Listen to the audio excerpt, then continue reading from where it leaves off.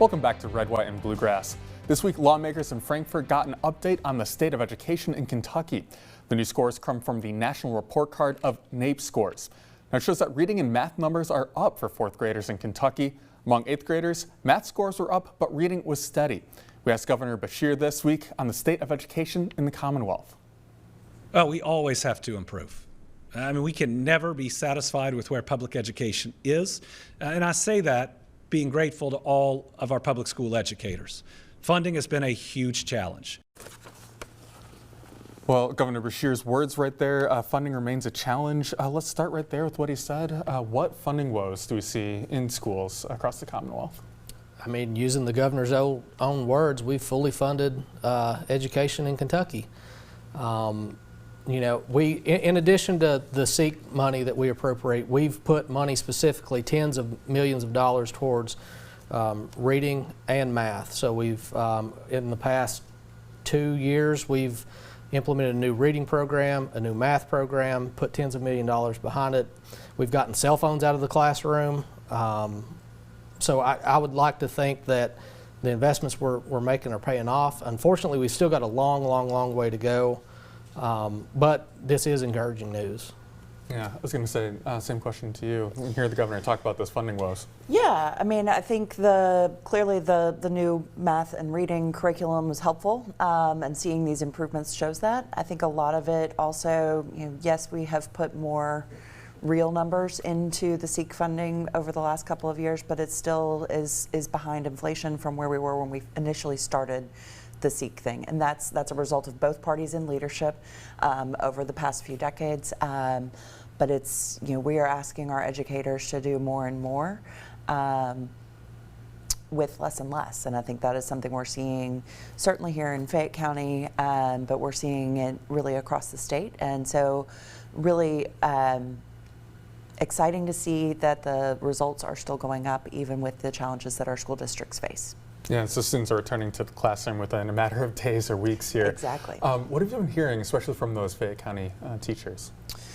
Well, it's been very well documented that we've had some financial troubles. One of the things that was cut this year for back to school was that teachers did not get funding for their classrooms.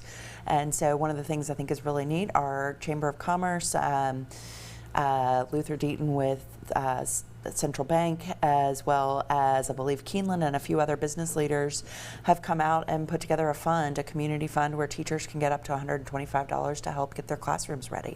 And that doesn't sound like a whole lot of money, but a little bit makes all the difference. But a little bit makes all the difference, and when we're asking our teachers to do that out of their pocket, $125 goes a long way. Yeah, same, your local, both parents and then I guess teachers as well. What have they been saying? Yeah, so luckily my kids don't have to go back to school until the end of the month. Can't come soon enough. No, just kidding. They're not watching, don't worry. Yeah, it's too early for them. But now everybody's just excited to get back at it. I've got one going into high school, continually impressed by the job our local school system does. And actually when you look at what they've been able to do just kind of in isolation, just phenomenal work over the past little bit. But we've got challenges statewide. We need to make sure that we're not overburdening our teachers. We're making sure that we're still focusing on reading, writing, and arithmetic. Make sure that the distractions are out of the classroom. Make sure that they're supported from the administration. We've got a lot of work to do. We've got a long way to go, but this is at least the first positive news we've had in a few years. And just briefly, with a minute we have left, what do you hope the headline will be come next summer? Next summer, that we continue to make gains. We all want what's best for our kids, and we just got to make sure that we continue to provide the support they need, and make sure that that we're not overburdening the classroom staff with all this ancillary stuff when we know what's important. Same question. Headline for summer 2027. I would love to see, I'm a huge champion of Pre-K for All, so I feel like that is one of those pieces that will help move us forward, not just in 2027, but really beyond that, so that we can see even more. So long term, rather than 2027, I'm going to say long term headline, I want to see the Kentucky schools ranked top in the nation. Wonderful.